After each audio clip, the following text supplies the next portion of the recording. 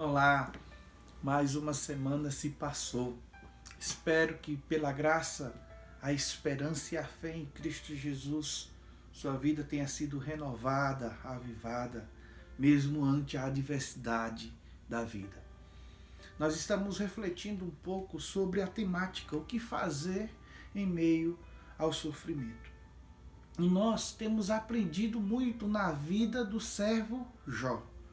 Jó, capítulo 36, versículo 15, o texto sagrado nos diz: Deus livra o aflito por meio de sua aflição e pelo sofrimento lhe abre os ouvidos. Quando nós observamos a nossa vida ante a dor, nós temos uma tendência que nos é própria de fecharmos a todas as coisas que porventura podem nos influenciar.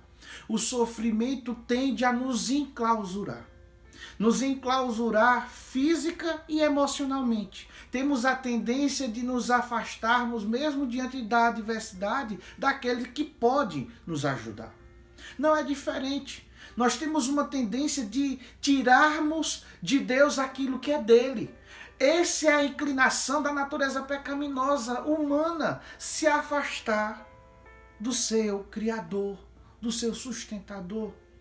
Mas a palavra do nosso Deus nos instrui que, mesmo em meio ao sofrimento, Deus cumpre os seus propósitos.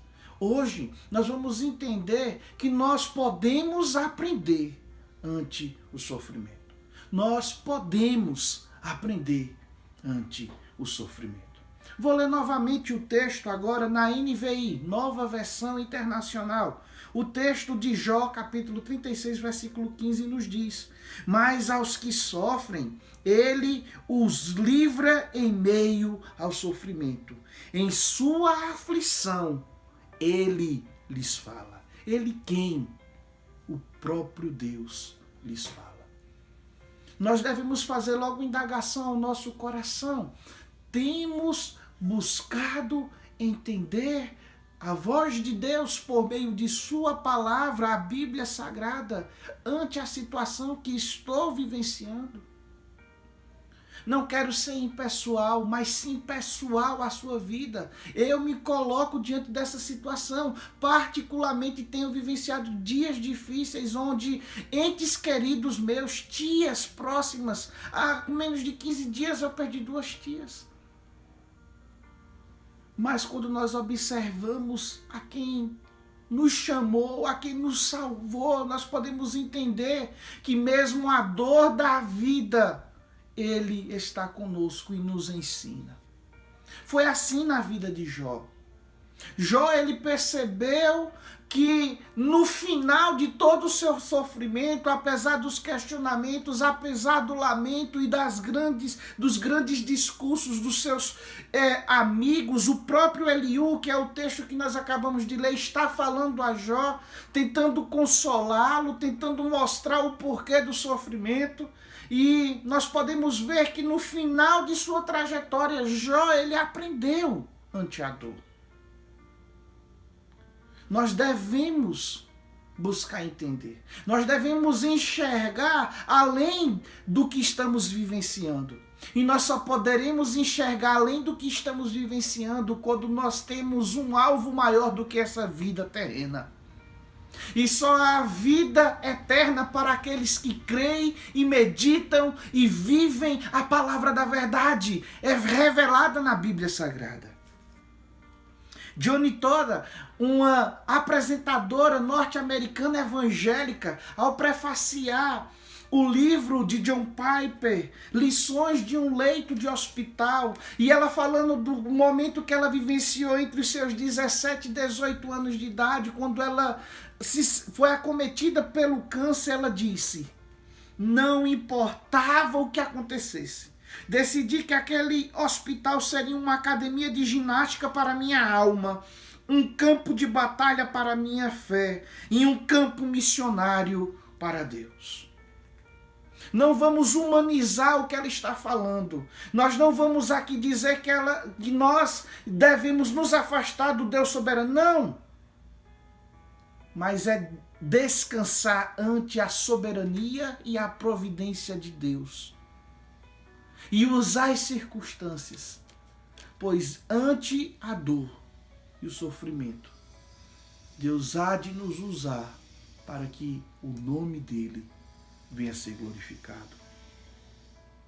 Observe que o próprio Jó, no capítulo 42, versículo 1, quando ele teve todos os seus bens devolvidos e teve novamente os seus filhos, não os que morreram, mas sim Deus lhe deu a graça de ter novamente mais filhos com sua esposa. Ele declarou: bem sei que tudo podes, e nenhum dos teus planos podem ser frustrados. Sim, em meio à dor e o sofrimento da vida, nós vamos ter momentos de questionamento, momentos que nós vamos precisar nos engajar a família da fé. Nós não podemos estar só. A palavra do nosso Deus vai nos instruir que nós devemos confiar, daí a importância de congregar.